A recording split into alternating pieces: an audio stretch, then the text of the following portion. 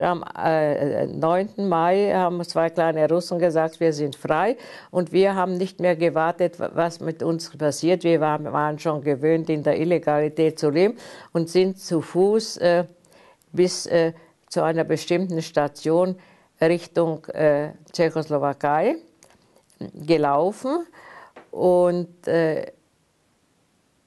erst sehr glücklich, dass wir überlebt haben.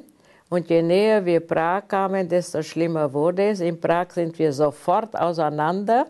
Jeder hat nur gefragt, wer hat von meinen Verwandten und so weiter erlebt. Ich habe festgestellt, niemand. Und dann, das fragen mich nämlich die Schüler. Und dann bin ich weiß bis heute nicht warum. Ach, ich habe gefragt, was mit meinem Mann passiert. Da haben Leute erzählt, dass er in schlechtem Zustand war. Ob er überlebt hat, wussten sie nicht. Und ich bin nach Hause gefahren, was völlig idiotisch ist. Ich hatte ja kein Zuhause.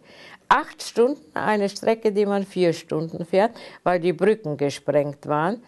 Und ich bin angekommen in der Stadt, in der ich bis zur Deportation gelebt habe. Ich habe nicht gewusst, wo ich gewohnt habe. Ich habe nicht gewusst, wer noch in der Stadt. Es war der allerschlimmste Augenblick in meinem Leben nach der Befreiung. Warum? Das müssen Sie rauskriegen. Ich hatte das Gefühl wahrscheinlich, dass ich in einer Totenstadt war, und weil mir zum ersten Mal offenbar klar wurde, was wirklich, das kann man nicht so schnell kapieren.